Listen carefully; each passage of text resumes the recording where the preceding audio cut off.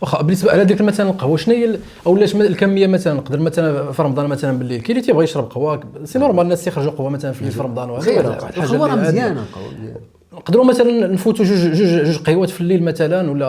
قهوه واحده مثلا يفضل ان نشربوا قهوه واحده في الليل في رمضان. دابا غادي نحس براسي منافق حيت انا سوف اقول ما لا اعمل ونقدر بالليل نبني الضمير واخا ما كتبانش عليا كنبني الضمير كنبني الضمير نقول كيف العقال انت تقول لهم كذا وانت كتشرب 3 ولا 4 ديال القهاوي ولكن غادي تعتبروني انسان حيت راني انسان والانسان ماشي معادله رياضيه من حقه شنو من حقه يتناقض ولكن كدور يعني الا خدينا على حسب شنو باغيين نديرو مثلا انا كيكون عندي الحراسه خصني نبقى فايق فهمتي واحد ينشد الامور بالليل كذا ما يجي ما ينعش دونك خصو شي حاجه اللي يعاون بها ولكن الانسان الا بغى يكون عنده واحد النوم اللي هو مستقر مزيان وعميق ما يفوتش وحده فهمتي ما يفوتش وحده هذا هو بالنسبه للقهوه ثاني نبقاو في الموضوع ديال القهوه قلتي بانه مثلا انسان عادي ما عنده لا حراسه ما عنده لا صهير لا حتى شي حاجه ما يفوتش قهوه واحده من الاحسن حيت المشكل هو النعاس دابا الناس كيتخربق والنعاس ملي كيتخربق المزاج كيتخربق زائد المزاج شنو اللي كيأثر فيه هو السكر ملي كينقص في الدم عليها كنكعاو قبل من الفطور الانسان بصح السكر تينقص في الدم يعني اي واحد حيت ما كتبقاش حيت حنا شنو كنخدموا بالناصيه هي اللي كاينه في النيوكورتكس هذا هو الذي يفرز الانسان عن الدواب فهاد القضيه ملي ما كيوصلهاش الكميه الكافيه ديال السكر يعني ملي ما كيوصلهاش باش كتخدم ما كتخدمش مزيان فشنو كنصدقوا مخدمين واحد العقل اللي هو باطني زواحفي ان سيرفو ريبتيليان اللي ديال اللي ممكن يدير اي حاجه هو اللي تنشوفوا قبل الفطور يعني الضربات وكذا عليها هنا كاين واحد الفرصه في العمل على الذات انا زعما شخصيا انا كنتبدل من بعد رمضان على انا كنبغي رمضان حيت كيربيني كنتربى به صراحه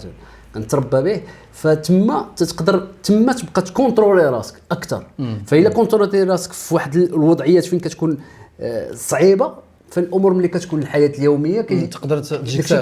اسهل يعني ربما واحد الفرصه باش انه الانسان يروض راسه بالضبط وبالصبر العلم بالتعلم والصبر بالتصبر والحلم بالتحلم واخا نرجعوا ثاني للموضوع ديال القهوه حيت القهوه كتكون حاضره سواء في رمضان ولا بلا رمضان واش يفضل انها تشرب بالسكر ولا بلا سكر مثلا هذه واحد السؤال اللي كيتطرح عند بزاف ديال الناس كاين اللي تيشربها بالسكر كاين اللي بلا سكر كل واحد ولكن انت مثلا كنصيحه للناس اللي كيستعملوا بزاف القهوه اما احسن واش بالسكر ولا بلا سكر وهي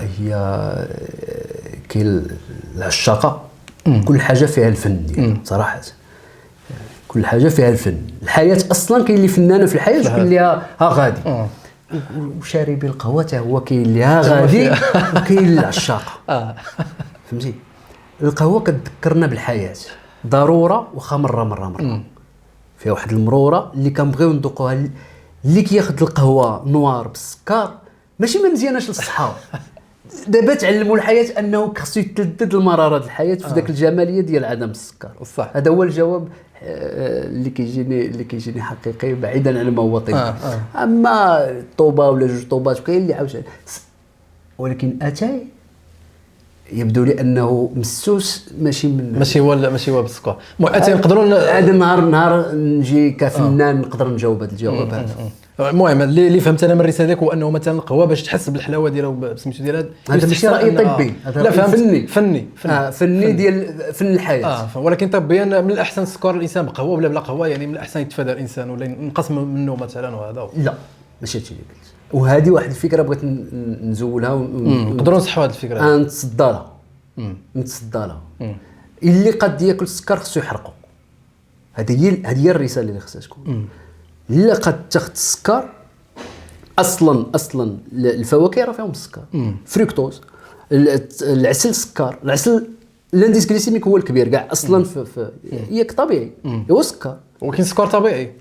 ولكن سكر كتطلع الانسولين كاين اللي عنده هذا الهوس ديال ما هو السكر لا المشكل الكبير اللي كاين ديال الصحه عالميا وفي المغرب، المشكل كرساله هي عدم الحركه. ما تنحركوش داك السكر اللي تنستهلكو. عدم الحركه، هذيك عدم الحركه لا سيدونتاليتي، الواحد يبقى جالس قاعد، هذاك هو اكبر مشكل، وهذاك هو اكبر سبب ديال الامراض. هو قله الحركه نعم. وتناكلوا مثلا، او لا مثلا تناكلوا ما تنستهلكوش، ما تحرقوش كما صحيح.